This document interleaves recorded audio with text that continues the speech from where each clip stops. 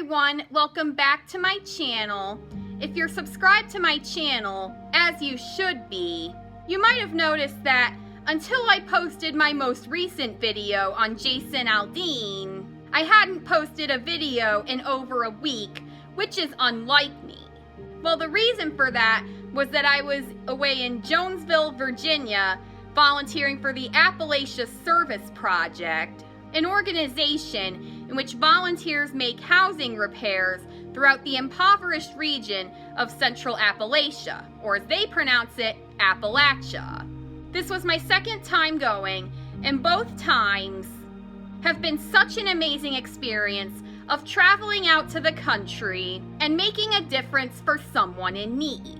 You might know a little bit about my recent experience at ASP if you follow me on TikTok, Instagram, or LinkedIn, as you should. But how did this organization come to be? What exactly do volunteers do? How has it made a difference throughout Central Appalachia? In the 1960s, Reverend Glenn Tex Evans worked as a director at Henderson Settlement in Frakes, Kentucky, and saw that many of his neighbors needed housing repairs that they could not afford. Eventually, Tex started working on the board of discipleship at the United Methodist Church in Nashville, Tennessee. While taking time off from this position, Tex recruited 50 teenagers and adults to repair 4 homes in Barberville, Kentucky. Between 1969 and 1976, this initiative would expand throughout the region of Appalachia, growing into what is known today as the Appalachia Service Project. In 1978, Tex tragically died from cancer, but ASP's original volunteers kept his mission alive by educating their friends, families, and communities about the history and demographics of Central Appalachia and encouraging them to join in on replication of ASP's original home repair initiative in Barberville, which to date has succeeded in recruiting an annual average of 16,000 volunteers, helping around 500 families. As its slogan states, ASP seeks to make homes in Central Appalachia warmer, safer, and drier through repairs involving roofing, drywall, flooring, insulation, porches, ramps, and stairs. Per a quote from Tex Evans, which has become the organization's motto, ASP accepts people right where they are, just the way they are. This means addressing homeowners' shelter needs free of charge without any question as to how they ended up in their situation. Affordable, safe, and sanitary housing is a basic human need and right, but one that many families throughout Central Appalachia do not quite have access to. First of all, the poverty rate in Central Appalachia is 16%, leaving many homeowners unable to afford to pay a professional repairman or buy the materials and supplies to make the repairs themselves.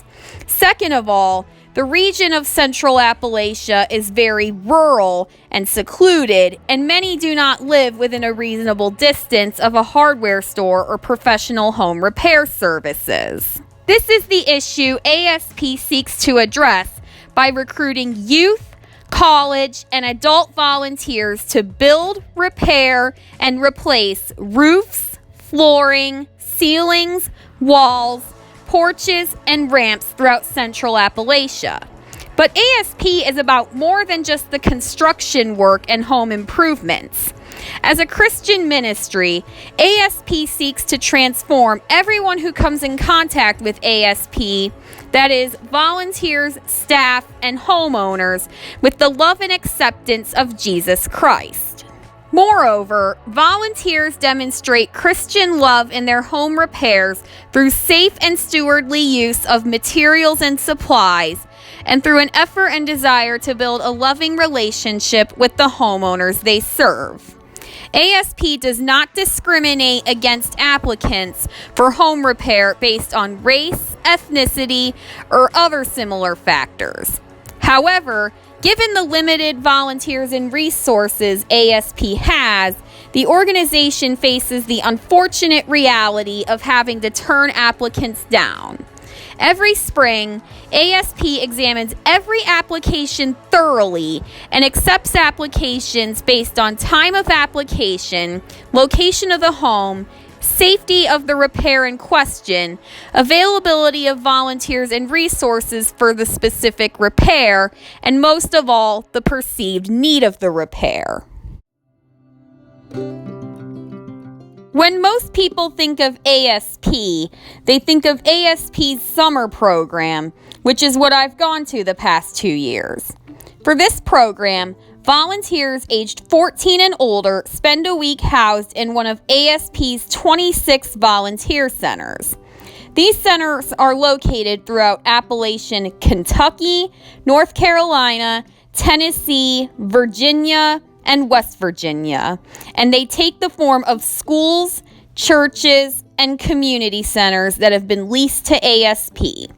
Throughout the week, volunteers are split into work crews who each travel to a different home or work site to work on the necessary housing repairs, whose materials and direction are provided by the center. When work crews come back to the center at the end of the workday, they eat dinner, also provided by the center, then have an evening gathering of some sort. This usually involves learning about the local community's history and demographics, a performance by a country or bluegrass band, and at the end of the week, a share circle in which volunteers give reflection speeches. In 1980, ASP developed a year-round program to address Appalachian housing issues that simply could not wait until summer. The year-round program takes place primarily in the ASP-owned center in Jonesville, Virginia, where I've gone for the past 2 centers, and also once operated from similar centers in Brenton, West Virginia, and Chavies, Kentucky, which have since been closed down and gifted back to their respective communities. For the year-round program, volunteers come at a time that fits their schedules and are given a project that fits their skill and experience levels. This program is geared mostly towards college and adult volunteers, but youth volunteers are also welcome to come, though they usually don't since they're in school. For the year-round program, evening gatherings still occur, but are not mandatory like they are for the summer program. Over the past 2 years, I've helped with housing projects for 3 homeowners, and I've seen firsthand, albeit briefly, that the projects we do for them make their lives a lot easier, and I can see it in their eyes and hear it in their voices that they are filled with gratitude for what my work crew and I have done for them. But don't take my word for it.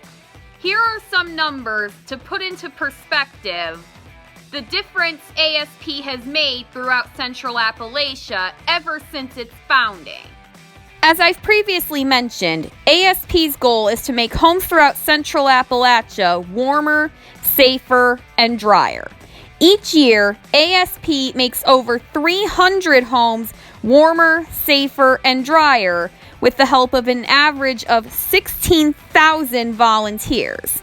In addition to the repairs ASP makes to existing homes, ASP also builds an average of 50 new homes each year.